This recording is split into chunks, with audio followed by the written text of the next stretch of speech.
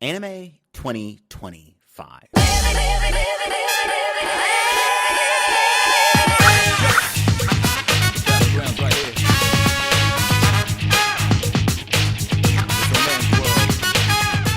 2025 was such a long year for multiple reasons, but ignoring the burning landscape outside and refusing to touch grass at the moment, the positives are that a lot of anime came out. Hey, a win for us, I guess. And I took it upon myself to watch up to 60 plus of those titles and give you guys the full rundown of the year and let you know the 5 best anime of the year.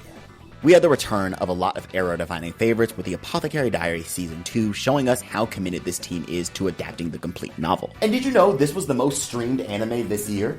That's insane! With the announcement of Season 3 in the movie, I'm happy to say that it looks like Mao Mao is here to stay for a very long time.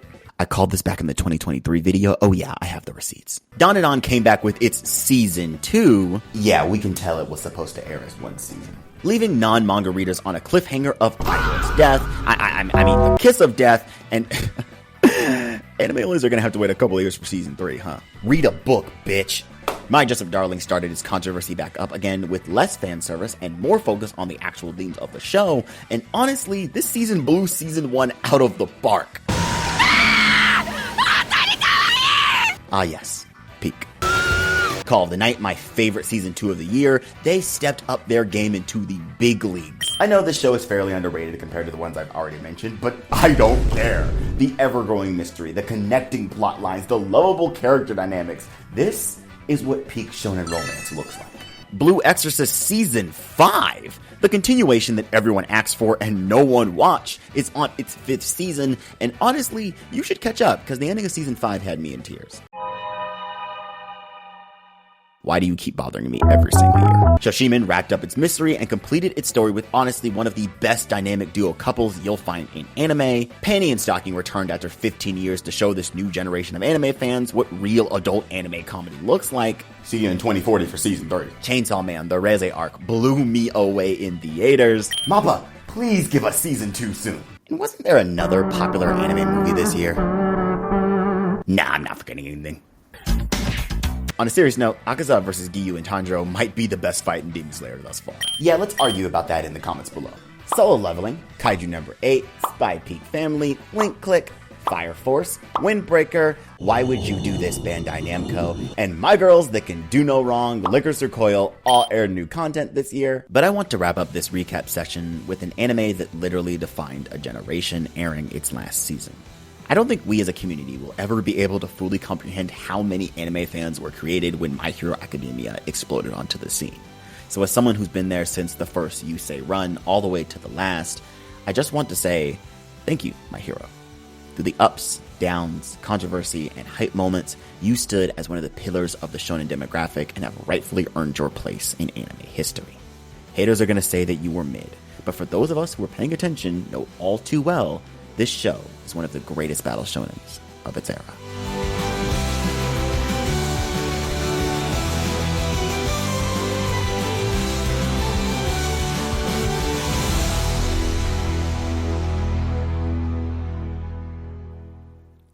Focus, focus, there we go. Number 5. Sometimes you just crave that old anime feel. Lucky for us, this year, we had several different shows that paid homage to different parts of anime culture.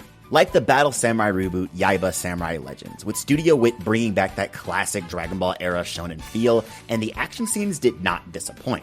On the flip side, we had the Shoujo Classic and Shirley reboot taking us through the life of one of the most energetic little redheads you'll ever see, mixed with such a heartwarming tale of friendship, love, and family. Shoujo fans got a double dose of goodness this year because Kazune Kawahara, the mangaka behind High School Debut and My Love Story, added a new anime to her collection in A Star Brighter Than the Sun. And as dense as the MC is, you can't help but root for her.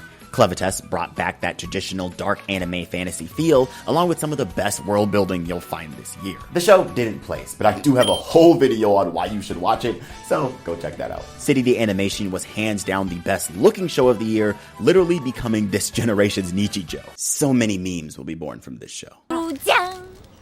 Cheeseburger. Cheeseburger. I brought your burger.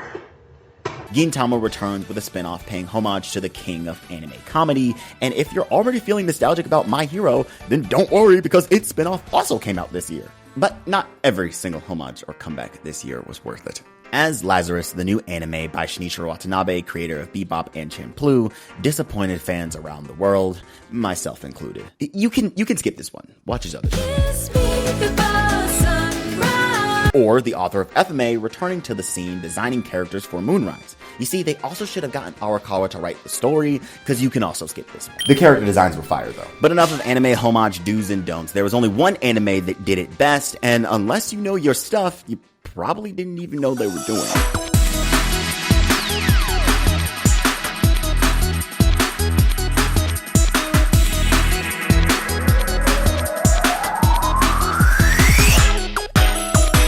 Animators assemble, because now you not only have Shirobako to represent what you do, now you also have an isekai.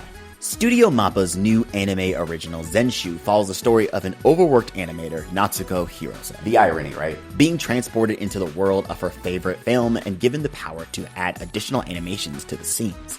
And the additional animations she adds are references to other existing franchises. But that's not all. The movie world she's transported to uses the aesthetic and plot lines of classic anime fantasy movies. And of course, there's always an Eva reference. If you know or have ever wondered what isekai was like before the current copy and paste era, then Zenshu brings classic isekai back to the modern era. With an endearing cast of characters aimed to look like archetypes, but their personality breaks every single trope. And it has elves! That should be enough for you to watch the show. #elf supremacy. I may be biased towards anime originals, but shows like Zenshu are the reason why I'm biased towards anime originals. A complete story that never overstayed its welcome, stuck to its core themes, and only left you wanting more. This is what peak fantasy isekai looks like, and it does all of it while delivering a love letter to anime itself. If you love anime as much as I know you do, then Zenshu is your next great binge. The best isekai of the year. Bring it down, stop right there. That's good. All right, number 4. Action anime are without a doubt the spotlight of the community, and while we'll get into the action shows later, anime can be just as good, possibly even better, without a single character throwing a punch. Like this year's hit romance, The Fragrant Flower blooms with dignity, probably the most wholesome piece of media you'll watch all year, as Cloverworks once again stuns with the visuals. On that train of thought, Yano-kun's Ordinary Days premiered, an anime about how this guy just keeps getting hurt, and she's into it. This anime is a lot more wholesome than I'm making it sound. For those of us that wanted something more spicy, we had the office rom-com I Have a Crush at Work, a show that never shied away from the more adult aspects of a relationship, both in and out of the bed. They're f***ing. We also got My Awkward Senpai, another good office rom-com, but a little more wholesome. They're not f***ing. Outside of romance, though, we got detective stories like The Dinner Table Detective, which asks the daring question, what if Sherlock was a rich anime girl's butler? Speaking of questions, have you ever wondered the difference between Island Japan and mainland Japan? Then watch Okitsura, or the communal comedy that was Catch Me at the Ballpark. If you need a daily pickup, watch any of these. But there are 3 honorable mentions that I want to bring up for this section. The first is Rock is a Lady's Modesty, a show about these nice, prim, and proper rich girls releasing their inner rock stars through forming a secret band. It touches on how you should never judge a book by its cover and the freedom to express one's passions. Also,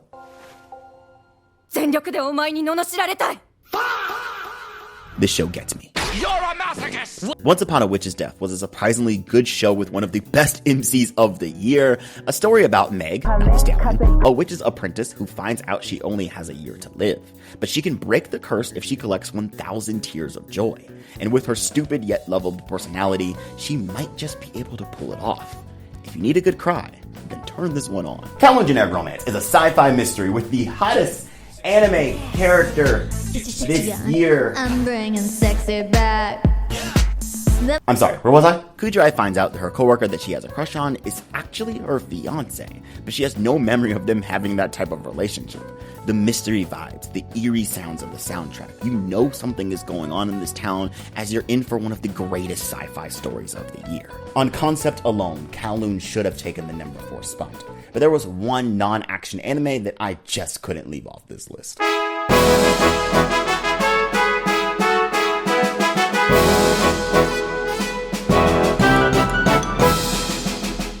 Medalist is the best sports anime of the year. Manga readers have been hyping this one up for years, and I hate to say it because they'll never let it go, but They were so right. Sports anime have this magic to take a sport that most weebs couldn't care less about in real life and show you the most passionate storytelling you'll see in fiction. I don't know a single thing about figure skating, but boy was I so invested in this show. 11-year-old Inori wants to skate, but she's falling behind because most skaters start way before they're 11. Lucky for her, Tsukasa also started late and can relate to her struggles. Tsukasa agrees to coach her as the show follows just how far true passion can take you and how you should never let anyone tell you you're too old to follow your dream. And the CG. Can we talk about the CGI? They cooked! If you don't know, detailed movements like dancing and figure skating are very hard to animate in 2D, especially for extended periods of time like this show requires. So CG is a healthy alternative if done right, and they did it right. Animation is on point. The opening is a banger, the characters are captivating, the message is heartwarming, and Season 2 should be airing around the time this video is released, so you actually don't have that long to wait for more episodes. Hop on the train now, because we're looking at the best sports anime to come out since Haikyuu. Yeah, there we go. Number 3. Shonen anime and manga hold a special place in my heart. Although I do criticize them often, I'm still very much in love with the demographic at the end of the day. And this year we had no shortage of banger shonen stories that I'm probably sure most of you didn't even know were shonen. Like Sanda. Finally, we got another Christmas anime. These are a rare breed. But the mangaka behind Beastars returns doing what she does best, touching our psyches through the weirdest concepts you've ever heard of. This time, it's a story all about adolescence, told from the perspective of a boy with the power to turn into Santa Claus in a world without Christmas. Merry Christmas, you filthy animal. Shonen comedy made a comeback this year with Witch Watch, another surprise for me, because I thought I would get bored, but honestly, this show was way too funny for that. Chitose's In the Ramune Bottle aims to not only remind you that this is a light novel adaptation through its title, but also through every single character acting as if they never left poetry class. Listen, I understand the themes, I see where the story is trying to go, but if every character is speaking in code, it makes the code speech less impactful. I'm liking it, but it's a little cringe. Believe it or not, Shonen gave us a hit Yuri this year in Watanabe. Guys, this harem anime is the honorable mention for this section, and I am dead serious. Renako just wants to be closer to her friend group, but she's so damn friendly that each one of them is falling for her. You start off thinking this is gay bochi, but leave with a peak harem romantic comedy. The more you learn about each character, the more invested you'll get as you watch Renako fail her way into multiple relationships? ? This became one of my favorite watches all year. More about this one in the Mochi video. Speaking of harems, although it's not shonen, the Shiuji family. Wait, isn't this the soft incest one? Hold on, the art style looks familiar.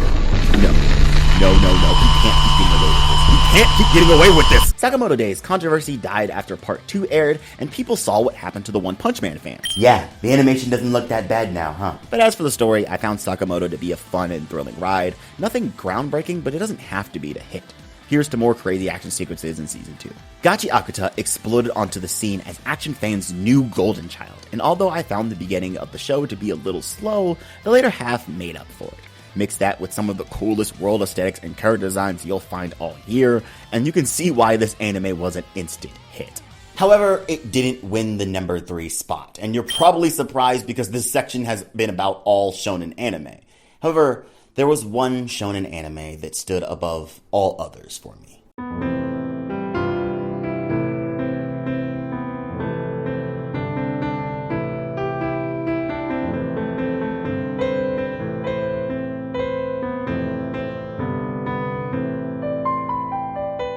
Takapi's Original Sin sent a shockwave through the community this year, just as the manga did when it first came out.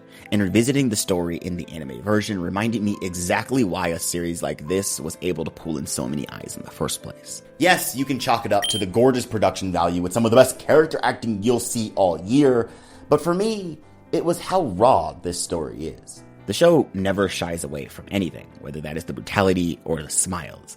And I'm kind of avoiding telling you the synopsis because it's better if you go into this one blind. Just know, this show is heavy, but I think it's a message that all of us still need to witness. Anime isn't always an escape, and Takapi is one of those shows that gives a reflection that is really hard to look at, but unavoidable nonetheless. Themes like, what is happiness? Is it even worth obtaining? What can you do for those around you who are suffering? And the pain of being alone. This show throws all of this on you in a beautiful 6-episode run and leaves off with an answer that will move your heart.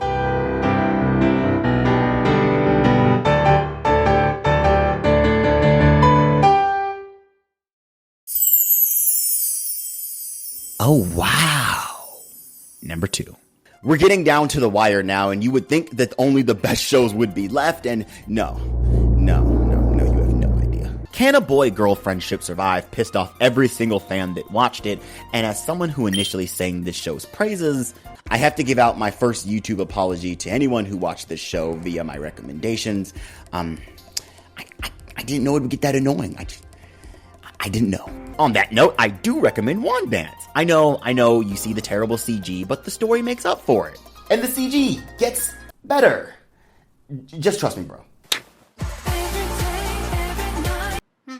Liar! Let's play, more like let's not. Skip this one. Hello, everybody. My name is Markiplier. Another disappointment for me was Honey Lemon Soda. The story was sweet, but the adaptation was just terribly directed in pace. This one seems more like a read the manga type of series. But shoujo fans still received one of the prettiest anime of the year, and with you, our love will make it through. Yes, this is a furry show. Yes, the story is still good and worth a watch. No, you can't judge me. Shammy, don't you dare show that kissing scene. I'm trying to get them to watch the show. Shammy, no. No! On the underrated side of things, Studio Bind, the studio behind Mushoku Tensei, released Flower and Asura, a show about a broadcasting club that participates in speech competitions. And it was a really good show. Another underrated gem is This Monster Wants to Eat Me, a psychological series where the title kinda says it all. Hinako is forming a deeper connection to the mermaid monster that wants to eat her.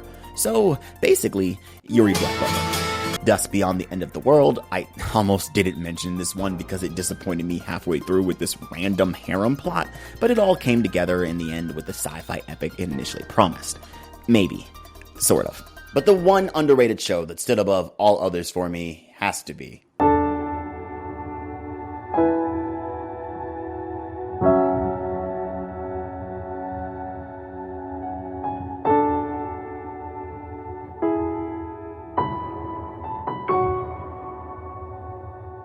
The year is 2057. Humanity has evolved into a technological advanced society living amongst several robots. However, a deadly virus fills the air, making life on Earth impossible.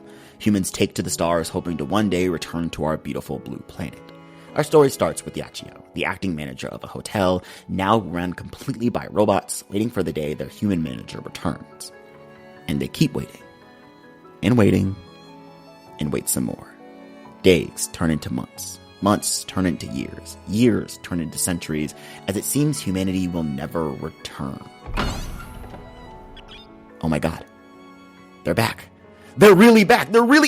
Is that an alien? This is the basic premise for Apocalypse Hotel, an anime original by Studio Cygames, and it only gets better from here as every single alien race comes to visit besides humans. If you enjoyed Freeman's exploration of the passage of time, then this is your next great binge, as our small hotel must now accommodate the wider denizens of the universe, introducing them to human culture and getting introduced into new cultures, learning new languages and foods, all while telling a story that not only explores time, but also the preservation of heartwarming values such as hospitality.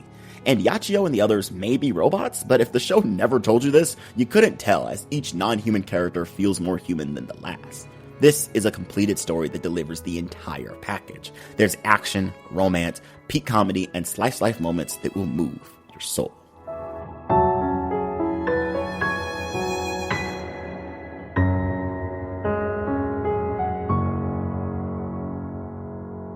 There are few anime that I would put above Apocalypse Hotel this year. In fact, there is only one anime that I did put above it.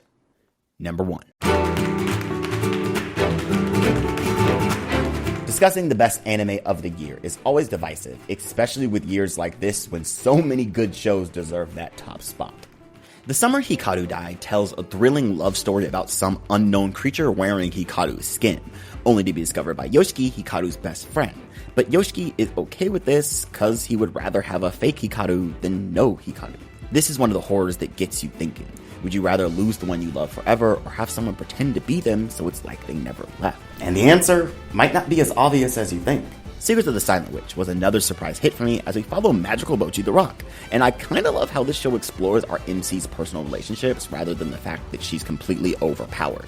It made the characters a lot more fun to watch and also brought a tear to my eye. But this little girl is still stupidly overpowered. Rui's Rocks introduced us to the second hottest character of the year in Nagi-san, because dear lord, that dress-up episode alone moved me in ways. Told a very passionate story about geology. One of the best slice of the year. Also, Did I mention Nagi-san? One of our own, Geek released his own anime, Bond. I liked it, but give us more. Being a filmmaker myself and understanding budget cuts and restraints, the length is not really his fault. So I'll just say this. I don't think you're done with this story, Geek. Give us more. May I ask you one final thing turned me into a villainous fan as you watch politics go right out the window for a good punch to the face. Scarlet is a noblewoman who's tired of talking and has a more direct method of dealing with criminals. And honestly, this show was more fun than it had any right to be. More on that in this video. However, for the last 3 years I've been doing these videos, the #1 spot has always gone to the show that surprised me the most. A show where I go in expecting a good time and leave with a new top 50 of all time. And this year was no different. Except, technically this year, it wasn't an anime at all.